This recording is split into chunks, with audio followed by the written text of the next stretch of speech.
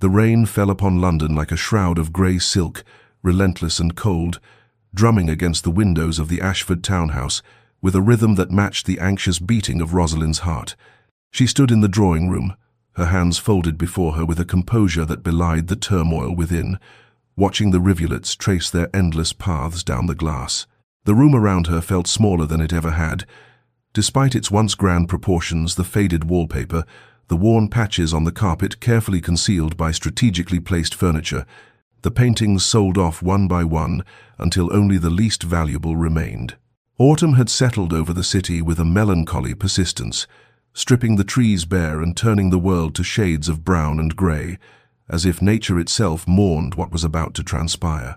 Behind her, she could hear her mother's nervous movements, the rustle of silk as she adjusted Rosalind's shawl for the third time, the barely suppressed tremor in her breathing. "You look very well, dearest," her mother said, her voice bright with a false cheer that made Rosalind's chest tighten. "The blue becomes you. It brings out your eyes." Rosalind nodded but did not turn from the window. She knew what she looked like: presentable, refined, the last valuable asset of a family teetering on the edge of ruin. Her father's investments, those grand schemes that had promised so much, had crumbled like sandcastles before the tide, leaving nothing but debt and shame in their wake. The tradesmen's bills piled on her father's desk like accusations. The servants had been let go one by one until only their most loyal remained, working for promises rather than wages. And now, this final solution, arranged with the cool efficiency of a business transaction. The Earl of Blackmore required a wife. Her family required financial salvation.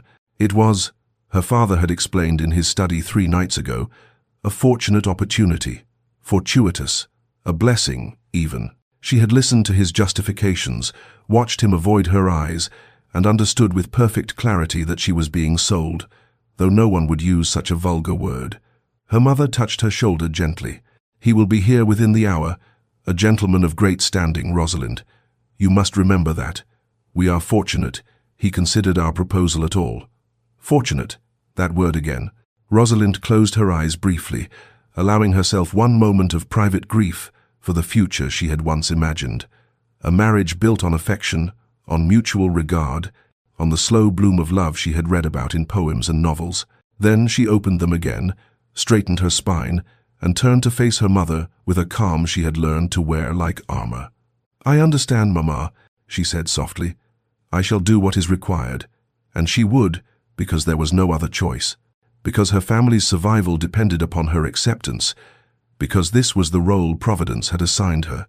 Outside, the rain continued to fall, washing the world clean of nothing at all. But before our lover's fate is revealed, subscribe so you never miss a chapter of romance and scandal. And tell us in the comments, where are you watching from? Now, let's begin. Edmund Carey, Earl of Blackmore, arrived precisely on the hour, and Rosalind understood immediately why her mother had seemed so nervous. He was not what she had expected, not elderly, not soft with indulgence, not kindly in the manner of gentlemen who sought companionship in their declining years. He was perhaps 35, tall and austere, with dark hair silvered prematurely at the temples, and eyes like winter itself, grey and impenetrable.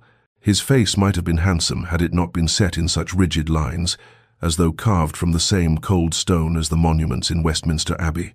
He wore black, unrelieved by any touch of colour, and moved with a controlled precision that suggested a man who had long ago decided that spontaneity was a luxury he could not afford. When he bowed to her mother and then to Rosalind herself, the gesture was correct in every particular and utterly devoid of warmth. Her father ushered them through the pleasantries with unseemly haste, his desperation barely concealed beneath a veneer of joviality, and then, with a cowardice that made Rosalind's throat tighten, withdrew with her mother to allow the Earl to speak with her privately. The silence that followed their departure was profound. Edmund, she could not think of him as Lord Blackmore. It seemed too formal even for this Arctic encounter, studied her with an expression she could not read. Then he spoke, his voice low and carefully modulated. "I will not insult your intelligence with pretense, Lady Rosalind. You are aware of why I am here." She inclined her head. "I am, my lord. Your family requires financial assistance. I require a wife who understands the nature of the arrangement I am proposing." He paused, and something flickered in those cold eyes. Though whether it was pain or merely impatience she could not say. "I am prepared to settle your father's debts in their entirety and provide your family with a generous annual allowance. In return, I ask for your name in marriage and, in time, an heir." The words were clinical, surgical in their precision. Rosalind felt each one like a small cut. "I see," she managed. "You must understand this clearly before you consent." He stepped closer, and she saw now that his eyes were not merely cold but carefully guarded, as though he had built walls behind them and would defend them at any cost. "I will give you my name but not my heart. I will provide for you handsomely, treat you with respect, and expect you to fulfill the duties of a countess. But I do not seek affection, nor will I offer it. This will be a marriage of practical convenience, nothing more. If you harbor romantic notions, I advise you to abandon them now." The words should have been cruel, yet he delivered them without cruelty, only a terrible, hollow finality. Rosalind felt something inside her wither, but she had known, had she not, that this was no love match. She had prepared herself for precisely this reality. Yet hearing it spoken so boldly, having the loneliness of her future laid out with such stark clarity, wounded her more deeply than she had anticipated. Still, she lifted her chin and met his gaze with steady composure. "I accept your terms, Lord Blackmore. I will be your wife." For just a moment, surprise flickered across his features, as though he had expected tears or protests or maidenly distress. Instead, he found only quiet dignity, and something in his expression shifted, though the walls remained firmly in place. "Then we are agreed," he said softly, and it felt like a door closing on every dream she had ever harbored. The wedding took place on a grey morning in November, in a small chapel with more shadows than guests. Rosalind wore ivory silk that had belonged to her grandmother, altered hastily to fit her slender frame, and carried a small bouquet of hothouse roses that seemed too vibrant, too alive for the somber occasion. Edmund stood beside her at the altar in black, his face expressionless as he spoke his vows in a voice that carried no inflection, no hint of emotion. She repeated her own promises, hearing them as though from a great distance, and when the vicar pronounced them man and wife, the kiss Edmund placed upon her cheek was as brief and cold as frost. Her mother wept, though whether from relief or sorrow Rosalind could not say. Her father looked merely tired, the weight of his failures temporarily lifted from his shoulders and placed upon hers. Within an hour of the ceremony's conclusion, she was seated in Edmund's carriage, watching London recede behind them as they travelled north toward his estate. He sat across from her, not beside her, and occupied himself with correspondence, his pen scratching against paper with mechanical regularity. She did not attempt conversation. The countryside rolled past, beautiful in its autumn desolation, and she committed it to memory as though she were leaving behind not just a city but an entire life. They arrived at Blackmore Manor as twilight descended, and Rosalind's first glimpse of her new home stole what remained of her breath. The house rose from the landscape like something carved from the bones of the earth itself, grey stone, Gothic in its severe elegance, with tall windows that reflected the dying light like blind eyes. It was beautiful in the way that winter was beautiful, imposing and austere, surrounded by formal gardens that had been carefully tamed into geometric precision. There was no wildness here, no softness, only order maintained through iron discipline. Edmund handed her down from the carriage without a word and led her inside, where the housekeeper awaited them. Mrs. Dawes was a woman of middle years with kind eyes and a formal manner, who curtsied deeply and welcomed Rosalind with careful courtesy. "I've prepared the Countess's chambers, my lord," she said, and something in her tone suggested sympathy, though her face remained professionally neutral. The chambers were in the east wing, separated from Edmund's rooms by the length of a long corridor. They were beautiful, furnished with obvious expense, but they felt like a gilded cage. Mrs. Dawes showed her the dressing room, the sitting room, the bedchamber with its canopied bed, and then withdrew with a promise that dinner would be served at 8.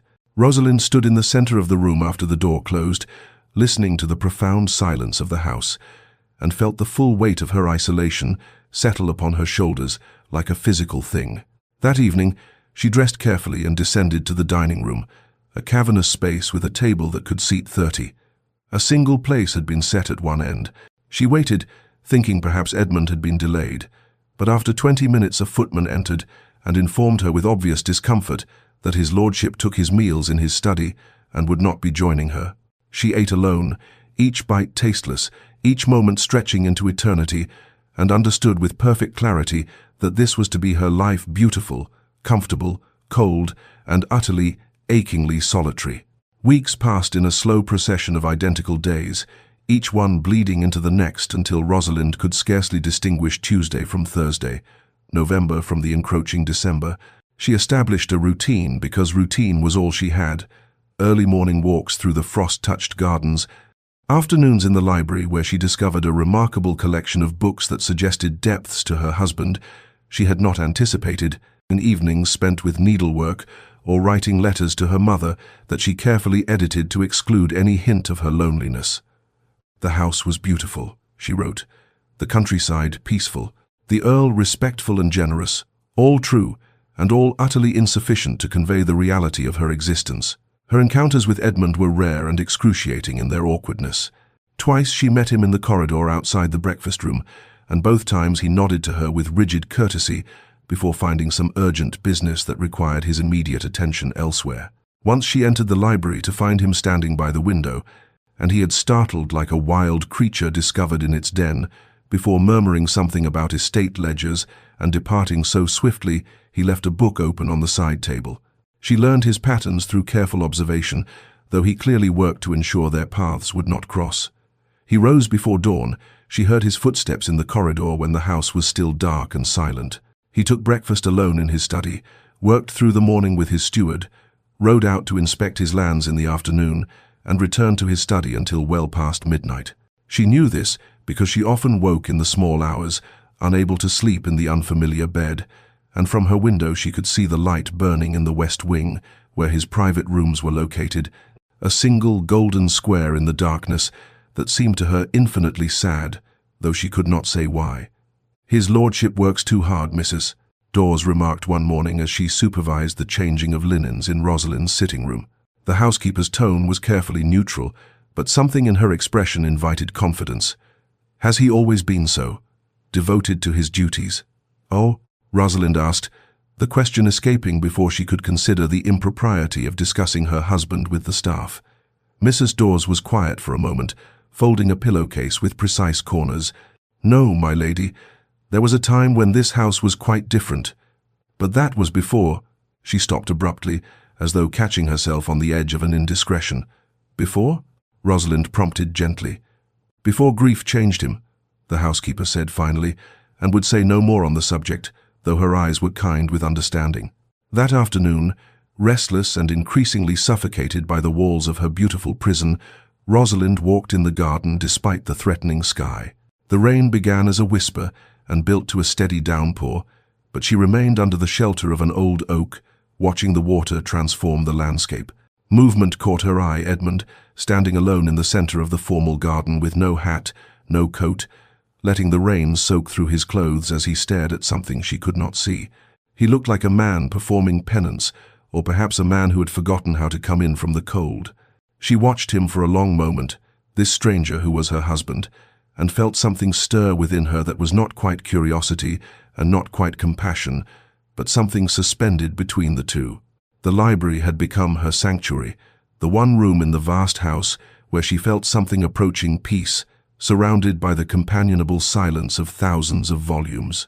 She had worked her way through the novels Richardson and Austen and the Bronte sisters and had moved on to weightier fare, discovering a fascination with history and philosophy that surprised her. On a cold afternoon in early December, she was searching for a particular volume of Plutarch's Lives that she was certain she had seen on one of the upper shelves, standing on the rolling ladder with her skirts gathered carefully in one hand, when a voice from below startled her so badly she nearly lost her balance. The third shelf from the top, 4 volumes to the left. She looked down to find Edmund standing at the base of the ladder, one hand raised as though prepared to steady it should she fall. How long he had been there, watching her search, she could not say. "Thank you," she managed, reaching for the book he had indicated. Her fingers found it immediately. He had been precisely correct. When she descended, he had not moved, and they stood closer than they ever had since their wedding day, close enough that she could see the fine lines of exhaustion around his eyes, the tension in his jaw. "Plutarch," he said, his tone unreadable. An unexpected choice. She felt a flicker of defiance at what might have been condescension. "I find the parallel lives fascinating. The way he examines character through comparison, the moral questions he raises about leadership and virtue." Something shifted in his expression, surprise, she thought, quickly masked. "You read Greek philosophy by choice, not obligation." "I read whatever interests me, my lord. History, philosophy, natural science. I have a great deal of time to fill." The words came out more sharply than she intended, edged with the loneliness she tried so hard to conceal. For a moment, something almost like regret flickered across his features. "You have read Marcus Aurelius?" he asked, and there was a quality to the question that suggested genuine interest rather than mere politeness. "The Meditations, yes. I found his stoicism comforting, though perhaps too resigned to fate for my taste." "And you prefer?" "Epictetus. The distinction between what we can control and what we cannot. There is power in that recognition, not merely resignation." He regarded her with an intensity that made her breath catch, as though he were seeing her clearly for the first time, and for a heartbeat, she thought he might say something more, something real. But then the familiar walls descended again, his expression closing like a door. "I hope you find the library adequate to your needs," he said formally, and was gone before she could respond, leaving her standing alone among the books with her heart beating strangely fast. But 2 days later, she found a volume outside her chamber door in the morning. A collection of Epictetus she had not known was in the library, bound in beautiful leather with gilt edges. There was no note, no explanation, but when she opened it, she found passages marked with barely visible pencil lines, as though someone had once sought comfort in these very pages. She ran her fingers over the marks, imagining him reading these same words, and something warm unfurled in her chest. The next week brought another book, and then another, a study of Roman history, a collection of essays by Montaigne, a volume of poetry by George Herbert.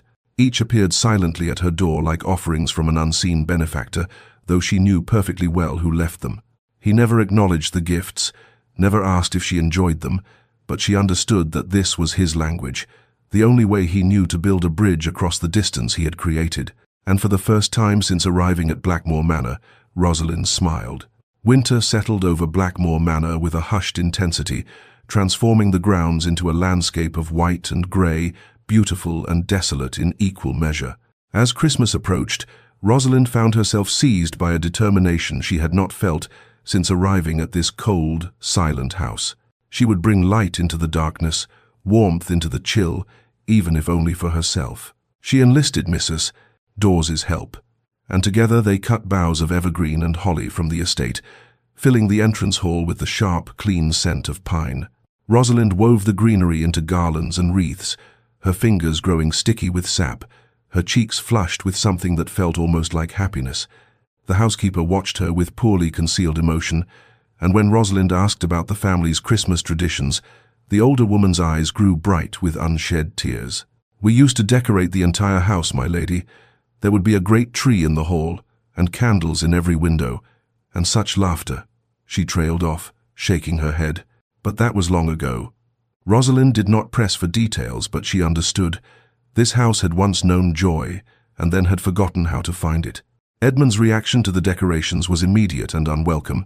She encountered him in the hallway on the morning of Christmas Eve, and his face darkened when he saw the garlands she had hung along the balustrade.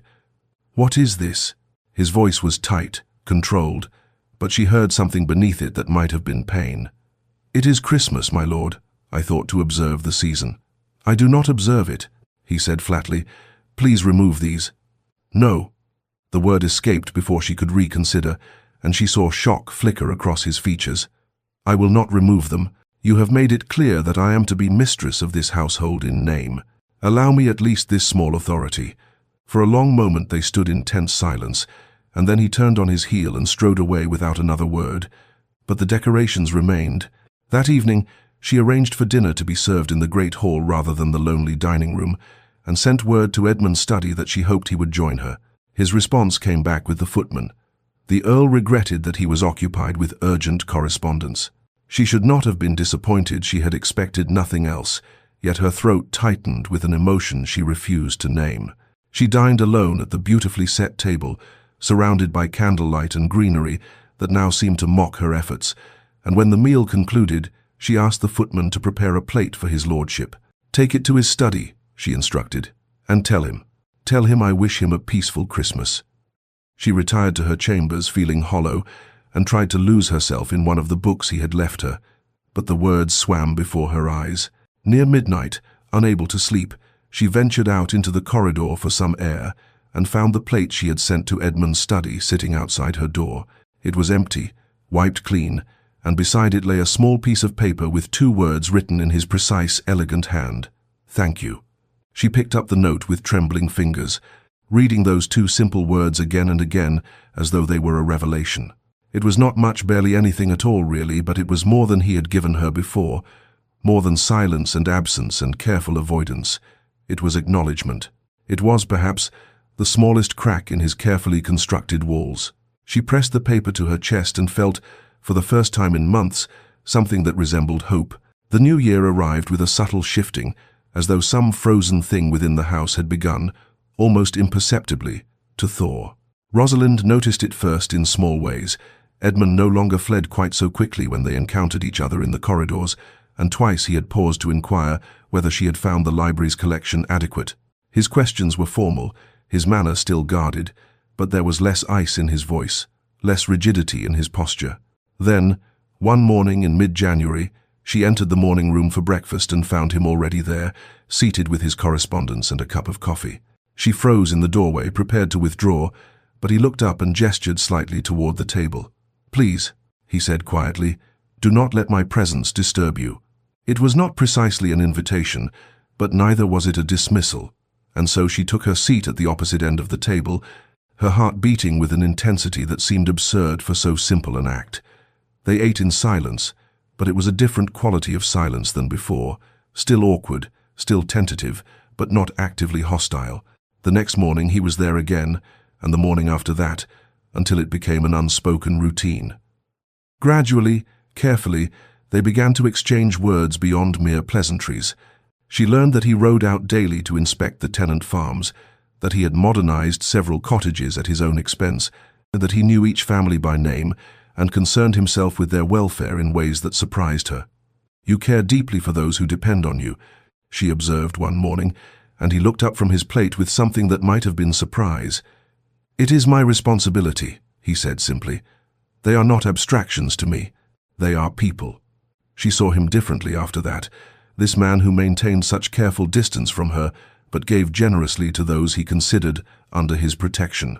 It suggested a capacity for care that he kept tightly leashed, locked away behind walls she was only beginning to understand. One morning, after nearly a week of these shared breakfasts, he asked a question that was not about books or weather or estate matters. "Your family, how do they fare?" The inquiry was so unexpected that she nearly fumbled her teacup. "They are well, I believe. My mother writes regularly." "And your father?" There was something careful in his tone. She set down her cup, considering how much truth to offer. Then, perhaps because he had shown her more of himself in these quiet mornings than in all the months before, she chose honesty. "My father is relieved to have his debts cleared. Whether he has learned anything from his failures, I cannot say. I hope so, but I am not certain hope is sufficient." She paused, then added more softly, "I spent much of my life trying to be sufficient to make up for his inadequacies, to be the perfect daughter who might somehow balance his imperfections. It was an impossible task, of course." Edmund was quiet for a long moment, his expression unreadable. When he finally spoke, his voice was low and carried a weight of something she could not quite name. "You deserved better than this arrangement." The words hung in the air between them, heavy with implications. She could have accepted them as an apology, could have retreated into wounded dignity, but instead she met his gaze steadily and offered her own truth. "Perhaps we both did, my lord, and yet here we are." Something flickered in his eyes, recognition, perhaps, or the acknowledgement of shared circumstance. He nodded slowly, and though he said nothing more, when he rose to leave he paused beside her chair for just a heartbeat longer than necessary, close enough that she could feel the warmth of his presence before he walked away.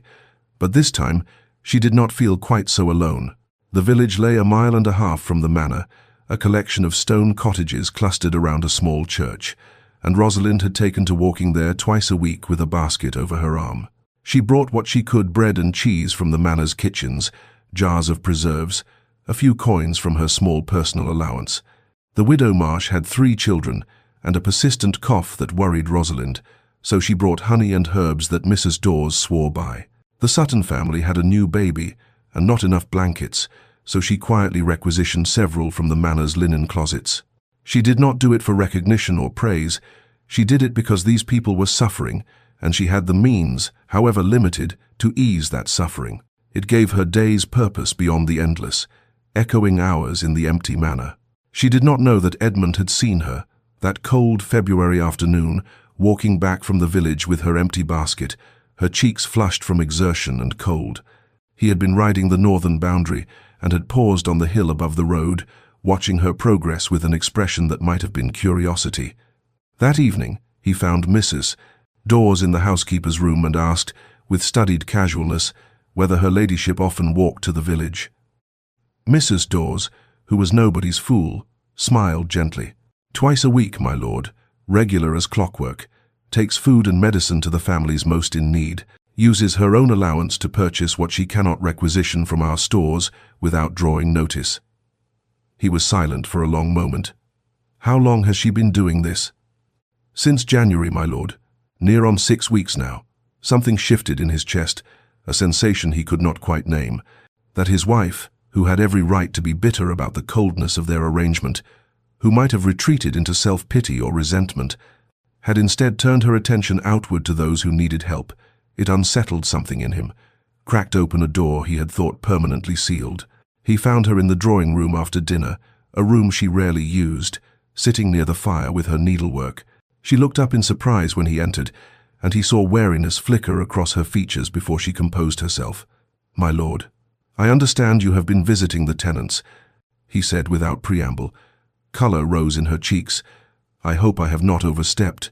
I know I should have asked permission, but—" "You have not overstepped," he interrupted quietly.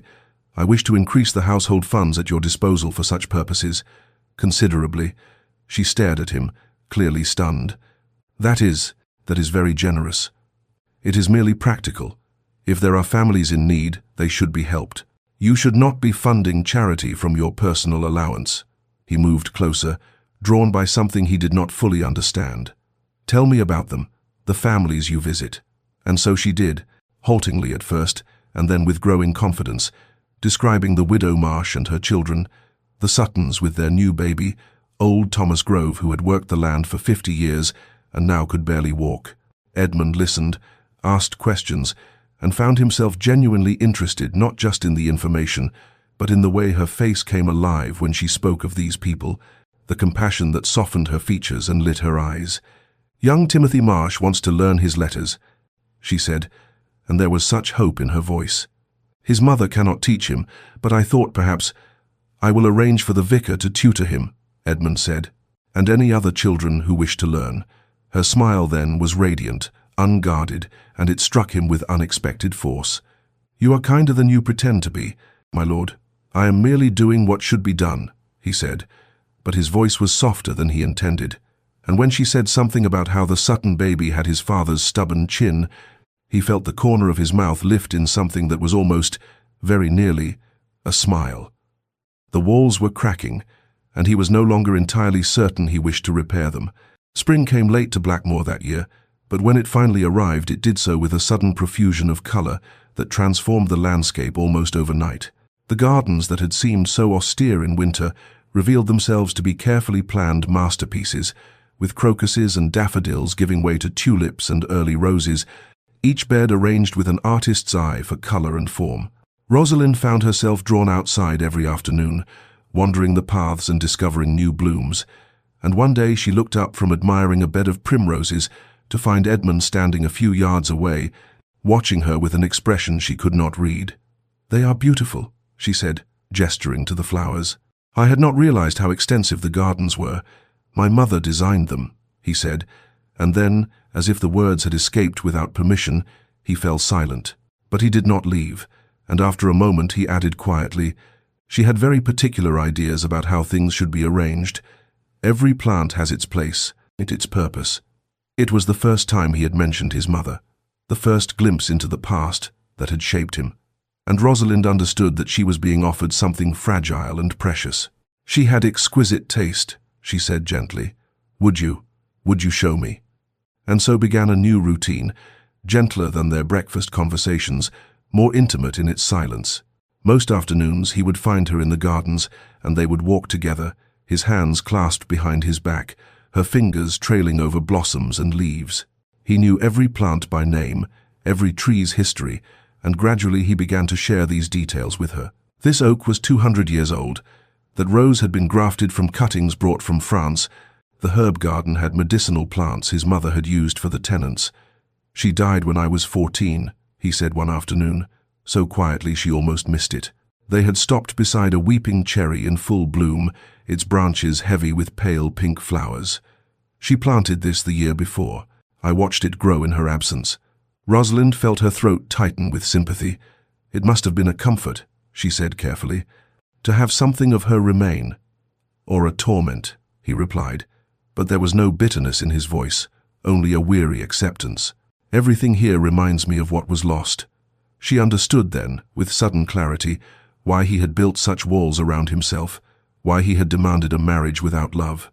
He was protecting himself from the devastation of loss, from the vulnerability of caring for something that could be taken away. I had a brother, she heard herself say. William, he died of scarlet fever when he was 7 and I was 10. For years afterward I would forget, momentarily, that he was gone. I would turn to tell him something, or save him a sweet, and then remember. She paused, remembering that small, piercing grief. The forgetting was almost worse than the remembering. Edmund turned to look at her fully, and in his eyes she saw recognition, the acknowledgement of shared pain. Yes, he said simply. Yes, exactly that. They stood together beneath the cherry tree, neither speaking, and then so naturally she almost did not notice his hand found hers. His fingers were warm, his grip gentle but firm, and for a long moment they stood connected in their mutual understanding of loss. Then he released her hand and continued walking, and she followed, neither of them acknowledging what had passed between them, but both feeling the fundamental shift that had occurred. The walls had not fallen, but they had developed cracks wide enough to let light through, and in that light, something new and tentative was beginning to grow. As summer arrived in earnest, bringing long golden evenings and the scent of roses heavy on the warm air, Rosalind realized with a mixture of wonder and dismay that somewhere along the way, without her permission or intent, the cold formality between them had transformed into something that resembled friendship.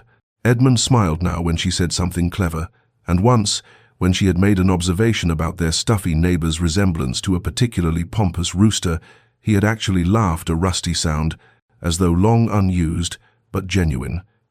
They rode together in the mornings, their horses side by side through the countryside, and spent evenings in the library discussing the books they both loved, their conversations ranging from philosophy to poetry to the nature of consciousness itself. They took all their meals together now, and she had learned his preferences. He took his coffee black, disliked lamb, had a weakness for lemon tarts he thought no one had noticed. She knew the way his brow furrowed when he was working through a difficult problem, the precise angle of his head when he was truly listening, the rare softness that entered his eyes when he spoke of the estate and its people. She knew him, and in knowing him, she had made a terrible mistake. She had fallen in love with him. The realization came to her one afternoon in the rose garden, watching him explain the proper way to prune a climbing rose to one of the gardeners, his hands gentle on the stems, his voice patient. Her heart had simply turned over in her chest, and she had understood with devastating clarity that what she felt for this complicated, wounded, careful man went far beyond respect or friendship or gratitude. She loved him, his intelligence, his hidden kindness, the vulnerability he tried so hard to conceal. She loved the man beneath the walls, and the knowledge terrified her because she had agreed to a marriage without love, had accepted those terms, and she had no right to change them now unilaterally. So she tried to hide it, to maintain the careful boundaries he had established, to be grateful for his friendship without asking for more. But it became increasingly difficult as she caught moments, fleeting, devastating moments, when she thought she saw something in his eyes that matched what she felt in her heart. One evening in late June, they stood together on the terrace after dinner, watching the sun set in brilliant streaks of orange and gold. The air was soft and warm, perfumed with honeysuckle, and she was achingly conscious of his nearness, of the breadth of his shoulders, the strong line of his jaw. She turned to say something inconsequential about the beauty of the evening, and found him looking at her with an intensity that stopped her breath. His eyes were dark and unguarded, and in them she saw longing, desire, and something that looked heartbreakingly like fear. For a suspended moment, neither of them moved, the air between them charged with possibility, and she hoped that he might close the distance between them, might acknowledge what was growing in the space they had created. But then something shuttered in his expression, and he stepped back as though burned. "I should attend to correspondence," he said, his voice tight, controlled. "Forgive me. Good evening, Lady Rosalind." He was gone before she could respond, leaving her alone on the terrace with the dying light and a pain in her chest that felt remarkably like her heart breaking. She had thought the worst loneliness was the isolation of those first months, but she understood now that there was a deeper loneliness still to love someone and stand so close to them, yet remain forever unable to breach the final distance between. Edmund stood at the window of his study, watching Rosalind walk through the garden below, and acknowledged what he had been denying for weeks. He was breaking every rule he had set for himself, and he had no idea how to stop. She moved with unconscious grace among the roses, pausing occasionally to touch a bloom or tilt her face toward the sun, and something in his chest tightened painfully at the sight. He had promised her his name but not his heart, had been explicit in his terms, had built walls specifically to prevent this exact situation. Yet somehow, despite all his careful defenses, she had slipped through. He turned from the window, forcing himself to face the truth he had been avoiding. It had been 5 years since Catherine died, 5 years since he had held his wife's hand, while the life drained out of her, while the physicians shook their heads and murmured about childbirth, fever, and the will of God. 5 years since he had buried her, and the son who had never drawn breath, and stood in the rain beside their graves, feeling something inside him die as well. He had loved Catherine with the uncomplicated devotion of youth, and losing her had nearly destroyed him.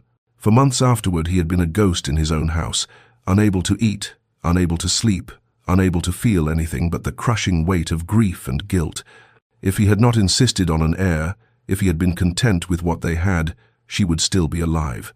It was his ambition, his need for a son to carry on the family name, that had killed her as surely as the fever. When he finally emerged from that dark period, he had made himself a vow. Never again would he open himself to such devastation. He would marry again because he needed an heir, duty demanded it, but he would keep his heart carefully locked away where it could not be destroyed. He had thought it would be simple. He had thought he could live beside a woman, treat her with respect and courtesy, and never feel more than mild affection. He had been catastrophically wrong. Rosalind had undone him with her quiet strength, her intelligence, her unexpected kindness to his tenants. She read philosophy and argued with him about stoicism, and made him laugh when he had forgotten laughter was possible. She had transformed his cold house into something approaching a home, and worse, far worse, she had made him want things he had renounced. He wanted to tell her about Catherine, about his son, about the grief that still woke him in the night. He wanted to hear her thoughts not just about books but about life, about the future, about what she dreamed of when she thought no one was watching. He wanted to touch her not just in passing but with purpose, to learn the texture of her skin, the weight of her in his arms. He wanted, God help him, to love her completely, and the terror of that wanting was almost enough to send him to his knees, because if he loved her, if he allowed himself to love her, then he would have something to lose again, and he did not think he could survive another loss. The solution, such as it was to maintain distance, to retreat behind formality before he revealed too much, before she guessed what she had come to mean to him. It was cowardice disguised as protection, and he knew it, but he could not seem to help himself. So he watched her from windows, listened for her voice in the corridors, treasured every moment in her presence, while simultaneously finding excuses to cut those moments short. "I am a fool," he said aloud to the empty room, and the words felt like both confession and condemnation. By late summer, the tension between them had grown to something nearly unbearable, a constant hum of unspoken words and suppressed longing that colored every interaction. Rosalind had grown quieter, more withdrawn, the light that had animated her in the spring gradually dimming as she retreated behind her own walls. She no longer sought him out in the library, no longer asked him to walk with her in the gardens. She was unfailingly polite when they encountered each other, but there was a new distance in her eyes, a careful guardedness that cut him more deeply than any accusation could have. She was protecting herself, he realized, and the knowledge that he had driven her to this filled him with a self-loathing that made the meals they still shared together nearly intolerable. He wanted to reach across the table and take her hand, to tell her everything, but fear kept him frozen in place, unable to bridge the gap that was growing wider each day. The household staff noticed, of course.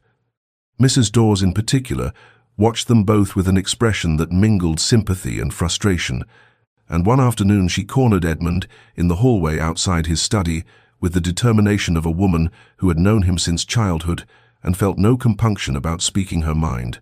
"My lord, forgive my presumption, but I cannot stand by and watch this continue." He stiffened. "I'm sure I don't know what you mean, Mrs. Dawes." "Don't you?" She fixed him with a look that reminded him forcibly of his old governess. "That girl is wilting like a flower without water, and you're walking around like a man on his way to the gallows. Don't let pride take another person you love, my lord. You've already paid that price once." "I don't love," he began, but the words died on his lips because they were a lie, and they both knew it. Mrs. Dawes simply shook her head and walked away, leaving him standing in the corridor with the truth he could no longer deny echoing in his mind. The storm came that evening, rolling in from the north with dramatic suddenness, turning the sky black and sending servants scurrying to close windows and shutters. Edmund was in his study when he heard the commotion, the raised voices calling for Lady Rosalind, the worry threading through the household. He found a maid in the hallway, her face pinched with concern. "My lady went out walking an hour ago, my lord, before the storm. She hasn't returned." Fear, cold and immediate, gripped him. He was moving before he made the conscious decision to do so, striding through the house and out into the rain, shouting her name. He found her coming up the drive, soaked to the skin, her dress clinging to her frame, her hair plastered to her face. She was shivering violently, and when she saw him she stopped, something defiant flashing in her eyes. "What in God's name were you thinking?" The words came out harsher than he intended, sharpened by fear. "I was walking," she said, her voice steady despite her shaking. "I needed air. In the middle of a storm. You could have been struck by lightning, injured. What does it matter to you?" The question was quiet, but it cut like a blade. "You made it perfectly clear what the boundaries of our arrangement are. I am well within my rights to walk where and when I please. You're being reckless and foolish, and you're being a hypocrite." Her voice rose, all the careful control she had maintained for months finally breaking. "You draw me close and then push me away. You look at me as though—" She stopped abruptly, but the words hung between them, charged with all the emotion they had been suppressing. He stood in the rain, looking at her stricken face, and felt something crack open inside him. "As though what?" he demanded, moving closer. "Tell me." But she only shook her head, wrapping her arms around herself, and turned toward the house. The argument was not finished, but she was walking away, and he watched her go with his heart in his throat and rain streaming down his face. He caught up with her in the entrance hall, water pooling on the marble floor beneath them both, and grasped her arm gently but firmly. "Rosalind, please, tell me what's wrong." She spun to face him, and he saw that there were tears mixing with the rain on her cheeks, her composure finally completely shattered. "What does it matter to you?" she said again, her voice breaking. "You made it clear from the beginning you gave me your name but not your heart. Those were your exact words, my lord. A marriage of practical convenience, nothing more. I accepted those terms. I agreed to them. But you," her breath hitched, "you let me hope. You left me books and walked with me in the gardens and made me believe that perhaps we might be more than two strangers occupying the same house. And then every time I thought we had found something real, you pulled away, and I—" She pressed her hand to her mouth as though to stop the words, but they kept coming, a dam broken after months of careful restraint. "I have been so lonely. I tried not to care, tried to accept what I could have and not ask for more, but I cannot help what I feel. I cannot help that I fell in love with you despite every attempt not to, and I cannot bear being so close to you while remaining forever at a distance. It is a torment I did not anticipate, and I walked in the storm because at least the rain was something I could feel, something real, instead of this endless aching. She stopped abruptly, seeming to realize what she had confessed, and horror filled her eyes. "Forgive me, I should not have said," but Edmund was staring at her as though she had struck him, her words reverberating through him with seismic force. She loved him. She had said it plainly, without artifice, and the naked pain in her voice was unbearable. He had done this to her, had caused this suffering through his cowardice and fear, and standing there watching her shatter before him, he finally understood that his attempts to protect them both had only created a different kind of devastation. "Rosalind," he began, but she was shaking so violently now that the words died in his throat. Her lips had taken on a bluish tinge, and when she swayed slightly, he realized with alarm that she was not merely cold, but dangerously chilled. Everything else, the argument, the confessions, the emotional chaos, became suddenly, starkly secondary to the immediate fact of her physical distress. "You're freezing," he said, and without waiting for permission, he swept her into his arms. She made a weak sound of protest but lacked the strength to resist as he carried her up the stairs, shouting for Mrs. Dawes, for hot water, for blankets and towels. In her chambers he set her in a chair by the fire, while the housekeeper and a maid rushed to bring what was needed, and he stayed, ignoring propriety, ignoring everything except the fear that had taken root in his chest. "My lord, you should—" Mrs. Dawes began gently, gesturing toward the door. "I'm staying," he said flatly, and something in his tone brooked no argument. He turned his back while the maid helped Rosalind out of her sodden dress and into a nightgown, but he did not leave, and when they had her settled in bed, wrapped in blankets with hot bricks at her feet, he pulled a chair close and took her hand. She was already feverish. He could feel the heat of her skin, and her eyes were too bright, unfocused. "You should go," she whispered. "You don't want—" "I won't leave you," he interrupted, his voice rough with emotion. "Do you hear me, Rosalind? I won't leave you. Not now, not ever again." It was the first true promise he had made her since their wedding day, and he meant it with every fiber of his being. The fever took hold with terrifying swiftness, transforming what might have been a simple chill into something far more dangerous. By morning, Rosalind was burning with heat, tossing restlessly in the bed and crying out in distress, and the doctor who arrived from the village took one look at her and pronounced it brain fever, his expression grave. "She's very ill, my lord. The next few days will be critical. She must be kept cool, given water whenever she'll take it, and watched constantly. I cannot promise," he trailed off, but Edmund heard what he did not say, the words that hung unspoken in the air like a death knell. She might not survive. Edmund sent the doctor away with instructions to return twice daily and established himself at Rosalind's bedside with an immovability that alarmed the household. He would not leave, would not rest, would barely eat the food that Mrs. Dawes brought and left on a tray that often went untouched. Day blurred into night and back into day again, time losing all meaning in that dim chamber where he kept vigil.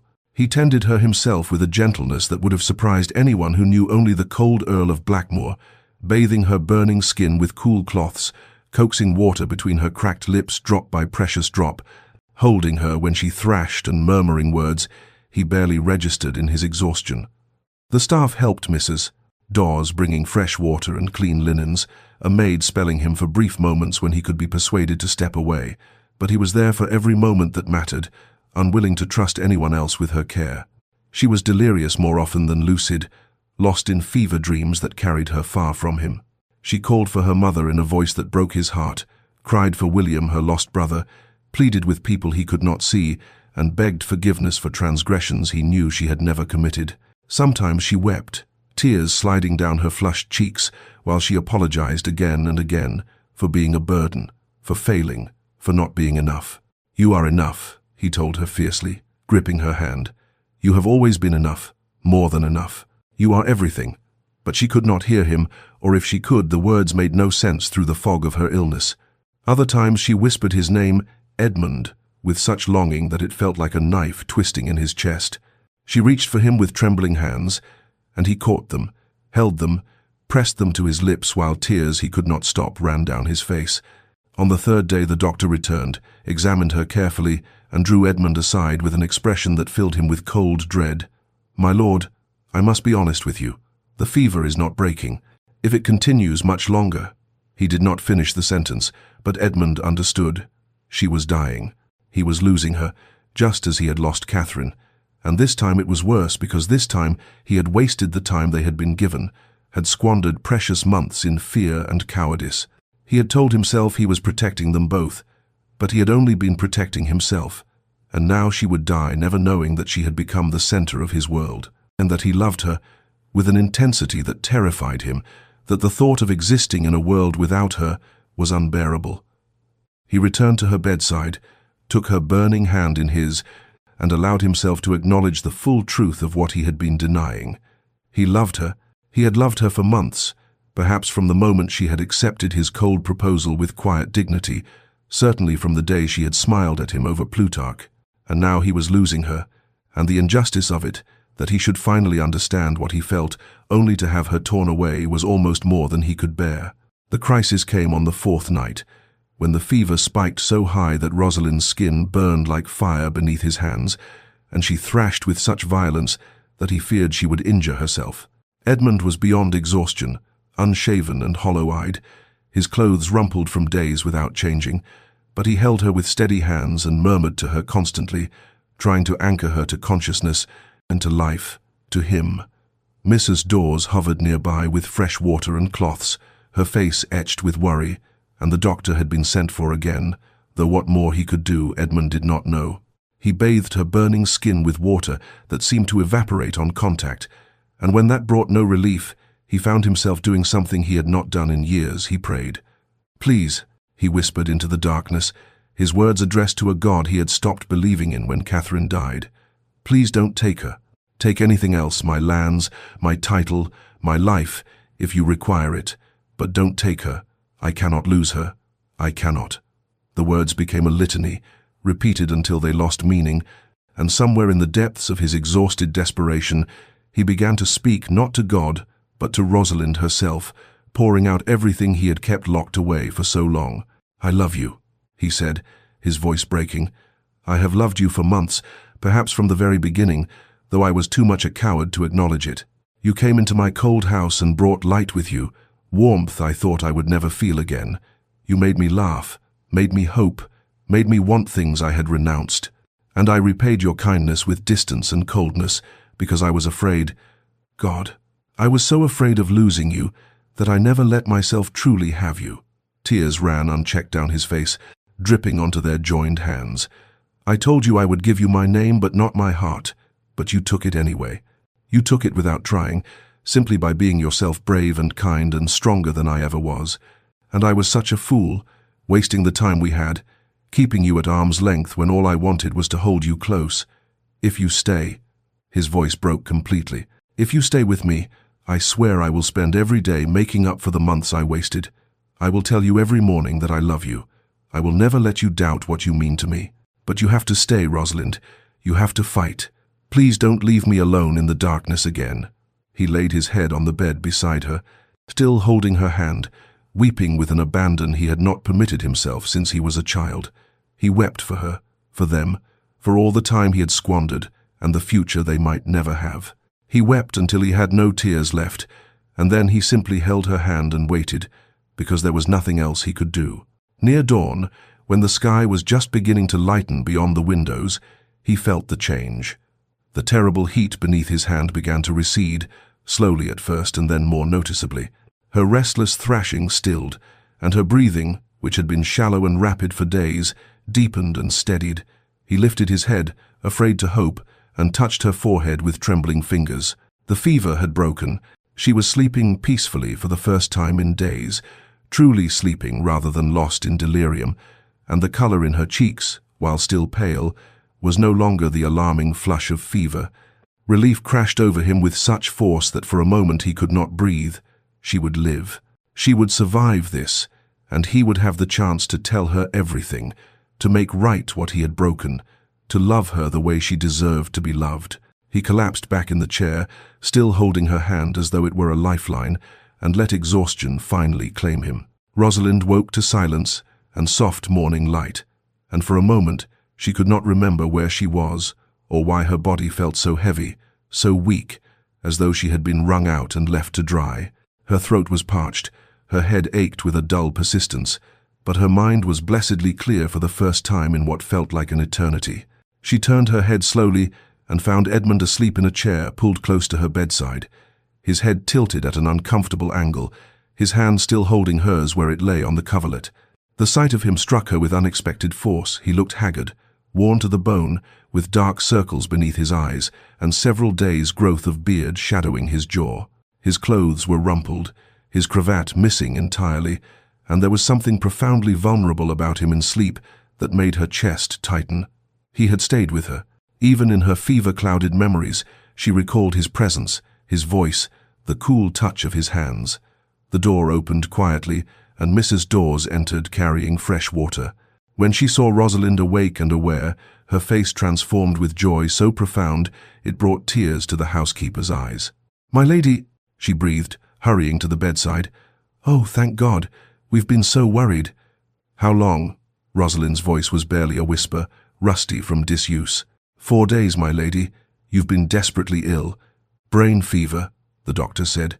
"We feared." She stopped, pressing her lips together. "But you've come through it. The fever broke just before dawn." Rosalind looked again at Edmund's sleeping form. "He stayed." Something softened in Mrs. Dawes's expression. "He never left your side, my lady. Not once. We tried to make him rest, to eat, but he wouldn't hear of it. Just stayed right there, tending you himself, talking to you even when you couldn't hear. I've never seen." She trailed off, but her meaning was clear. Rosalind felt something unfurl in her chest, cautious and fragile but unmistakably like hope. She had confessed her love to him in the storm, had laid bare her heart in a way that terrified her, and she had been too ill to see his response and to know whether her words had driven him further away or drawn him closer. But he had stayed. Through 4 days and nights of her illness, he had stayed. As if sensing her gaze, Edmund stirred, his eyes opening slowly. For a moment he seemed disoriented, and then his gaze focused on her face, and he went completely still. The relief that flooded his features was so naked, so unguarded, that it took her breath away. "Rosalind," he said, her name barely more than an exhalation. "You stayed," she whispered. He straightened in the chair, leaning closer, and she saw that his eyes were red-rimmed, that his hand trembled slightly where it held hers. "I couldn't leave you," he said, and his voice was raw with emotion, stripped of all the careful control she had grown accustomed to. "I cannot ever leave you. Not now. Not ever." The words hung between them, weighted with meaning she was almost afraid to interpret. She searched his face, looking for the walls, the careful distance, and found instead only an openness that made her heart race despite her weakness. "Edmund," she began, but he shook his head. "Let me say this while I have the courage," he interrupted quietly. "I have been a coward and a fool, and I nearly lost you because of it. But if you will permit me, when you are well, I have a great deal I need to tell you." She reached up with her free hand, the movement exhausting but necessary, and touched his face. He turned into her palm, his eyes closing briefly, and then he brought her hand to his lips and kissed it with a reverence that told her everything she needed to know. Whatever had passed during her illness, whatever had changed, the walls between them had finally fallen. Her recovery was slow but steady, and through it all Edmund remained constantly at her side with an attentiveness that would have seemed impossible mere weeks ago. He read to her for hours poetry and history and novels, his voice a soothing presence that anchored her to the world. He brought her meals on trays and coaxed her to eat when she had no appetite, patient and gentle in ways she had never imagined him capable of being. He sat with her in comfortable silence when she was too tired for conversation, simply holding her hand, and the walls that had defined their relationship for so long had disappeared so completely it was as though they had never existed. A week after the fever broke, when she was strong enough to sit up against pillows and her mind had regained its usual clarity, Edmund came to her room in the afternoon and asked if she felt well enough to talk. Something in his expression, serious but no longer guarded, made her heart quicken, and she nodded, gesturing to the chair beside her bed. He sat, silent for a long moment as though gathering his thoughts, and then he began to speak. He told her about Catherine, his first wife, and the way she had died bringing their son into the world. His voice was steady, but she could hear the old grief beneath it, the wound that had never fully healed. He described the months afterward, the darkness that had consumed him, the way he had closed himself off from feeling anything, because feeling meant pain. "I built walls," he said quietly, "because I could not survive another loss. And when I decided to marry again, I convinced myself that I could keep those walls intact, that I could have a wife for practical purposes, without ever risking my heart. I thought if I never loved, I could never lose." He looked at her then, and his eyes were dark with emotion. "But you," he said, and there was wonder in his voice, "you undid all my carefully laid plans. You slipped through every defense I built without even trying. You were kind when you had every right to be bitter. You were strong when I gave you nothing to be strong for. You made me laugh and made me hope and made me want to live instead of merely exist. And I was terrified, Rosalind. Terrified of what you had come to mean to me. Terrified of losing you the way I lost Catherine. So I pulled away, kept you at distance, and nearly destroyed us both in the process." Tears slipped down Rosalind's cheeks, moved beyond words by his vulnerability, by the trust he was placing in her with this confession. "I thought I wasn't enough," she whispered, "that you looked at me and found me wanting. I have spent my whole life feeling like a burden to be managed, a problem to be solved, and when you married me I thought that was all I would ever be to you, a duty fulfilled." He reached for her hand, gripping it tightly. "You were never a burden," he said fiercely. "Never. You are the greatest gift I never thought to ask for, the answer to prayers I was too afraid to speak. You brought light back into my darkness, Rosalind. You made me remember what it means to be fully alive." She smiled through her tears, her heart so full she thought it might burst. "I love you," she said simply. "I told you that in the storm, and I meant it. I love you, Edmund, with all that I am." "I know," he said softly. "I heard you, and I have been waiting for you to be well enough so I could say it back. I love you, Rosalind. I have loved you for so long, and I will spend the rest of my life proving it to you if you'll let me." She drew him closer, and he came willingly, carefully mindful of her weakness, and kissed her forehead with infinite tenderness. "No more walls," she whispered against his shoulder. "No more walls," he promised. "Never again." 2 days later, when Rosalind was well enough to sit in the chair by the window with afternoon sunlight warming her face, Edmund came to her with an expression that was equal parts determination and nervousness.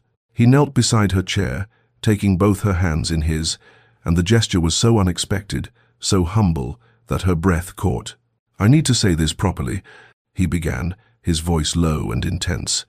"When I married you, I made you a promise I would give you my name, but not my heart. It was a cruel promise, born of fear and cowardice, and I have regretted those words every day since I spoke them.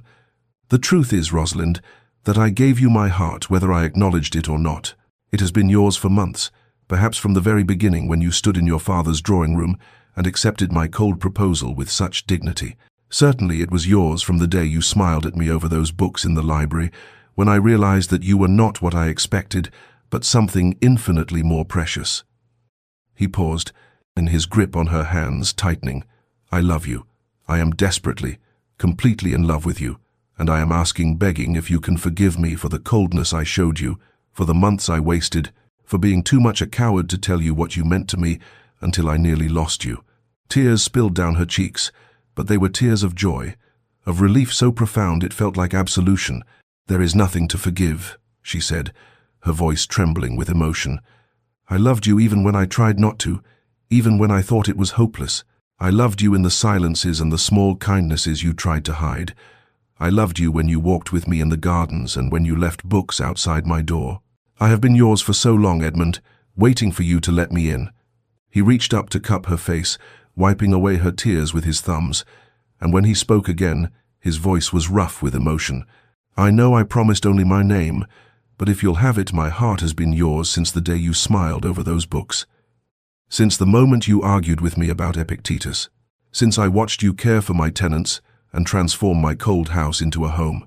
It has always been yours, even when I was too afraid to admit it." And then he kissed her, properly kissed her for the first time, and it was nothing like the brief, cold brush of lips at their wedding. This kiss was tender and tentative, full of promise and healing, an apology and a declaration and a beginning all at once. When they finally drew apart, both breathless, he rested his forehead against hers. "Can we begin again?" he asked softly. "Start fresh with honesty between us?" She smiled, her hand coming up to cradle his face. "I don't think we're beginning again," she said. "I think we're continuing forward, but this time together, in truth rather than in careful distance." He nodded, understanding blooming in his eyes. "Together in truth," he repeated, and pulled her close, careful of her lingering weakness but unable to maintain any distance between them. "No more walls, Rosalind. I promise you no more walls."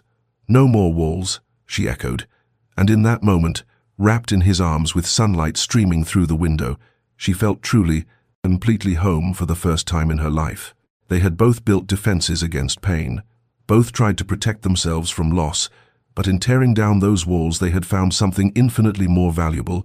They had found each other, wholly and completely, and that was worth any risk, any vulnerability, any fear. Years later, when autumn came again to Blackmore Manor, it arrived not with melancholy but with a warmth that had nothing to do with temperature and everything to do with the life that now filled every corner of the estate. Rosalind stood in the garden that had once seemed so austere, watching the afternoon sun paint the roses in shades of gold, and marveled at how completely her life had transformed. She was no longer the pale, lonely woman who had walked these paths in silent isolation, but someone radiant with health and happiness, her face alight with contentment as she watched the scene before her. The garden rang with children's laughter. Their son Thomas, aged 5 and all boundless energy, chased his sister Catherine, 3 years old and determined to keep pace with her brother despite her shorter legs. They wove between the flower beds with the abandon of children who knew themselves completely loved, their voices high and joyful, and Rosalind's heart swelled with a gratitude so profound it sometimes overwhelmed her. Edmund emerged from the house carrying their youngest daughter, Anne, barely a year old, and drowsing against his shoulder with the boneless contentment of a well-loved child. He crossed the lawn to where Rosalind stood, and without breaking stride, leaned down to kiss her, a casual gesture of affection that spoke of long intimacy, of a love that had only deepened with time. She smiled against his lips and then rested her head against his shoulder, careful not to disturb the sleeping baby, and together they watched their older children play. "They're getting mud all over Catherine's dress," Edmund observed mildly, but there was no censure in his voice, only fond amusement. "Mrs. Dawes will scold," Rosalind agreed, equally unconcerned. "But they're happy, and that matters more than clean clothes." He shifted the baby in his arms and slipped his free hand around Rosalind's waist, drawing her close against his side. They stood in comfortable silence for a moment, and then he said quietly, "I almost lost you twice, you know. Once to my fear and foolishness, and once to that fever. Sometimes I wake in the night and remember, and the terror is as fresh as it was then." She turned to look up at him, seeing the shadow that still occasionally crossed his features when he thought of how close they had come to missing all of this. "But you didn't lose me," she reminded him gently, reaching up to touch his face. "We found our way to each other, Edmund. Through all the walls and fear and misunderstanding, we found each other. And look what we've built."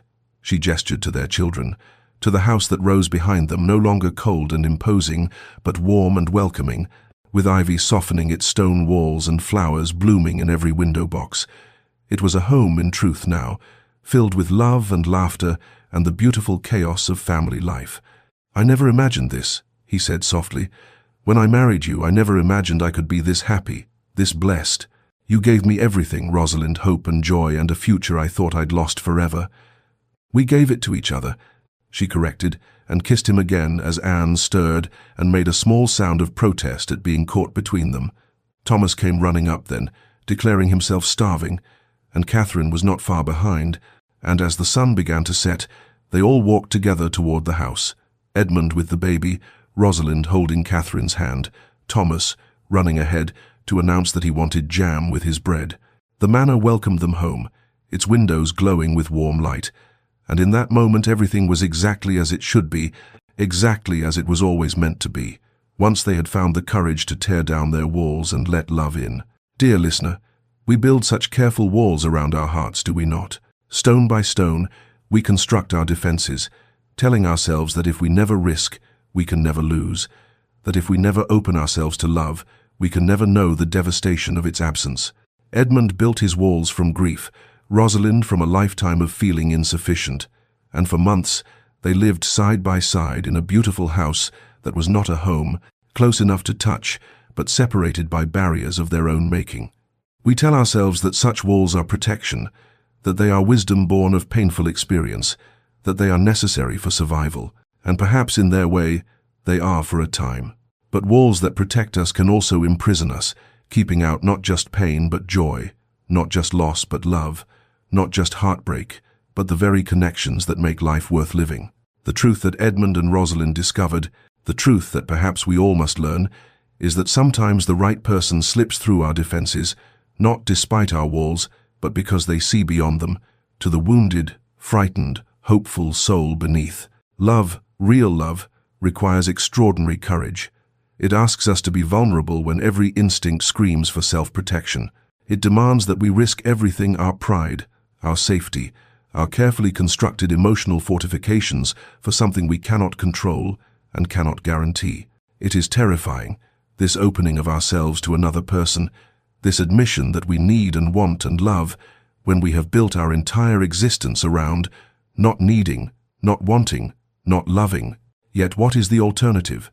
To live as Edmund and Rosalind lived in those early months, occupying the same space but never truly connecting, surrounded by comfort and security but hollow at the center. To be so afraid of loss that we never truly have anything worth losing. Sometimes the arrangements we resist, the paths we did not choose for ourselves, become our greatest blessings. Sometimes the gifts we need most are the ones we never thought to ask for. Rosalind did not choose to marry Edmund out of love, and he did not choose her for affection. Yet in the crucible of their practical arrangement, they found something profound and true. So to you, dear listener, wherever you are in your own journey, I offer this gentle encouragement. Remain open, even after heartbreak. Recognize love when it appears in unexpected forms, in books left outside doors, in shared silences, in the slow tearing down of walls.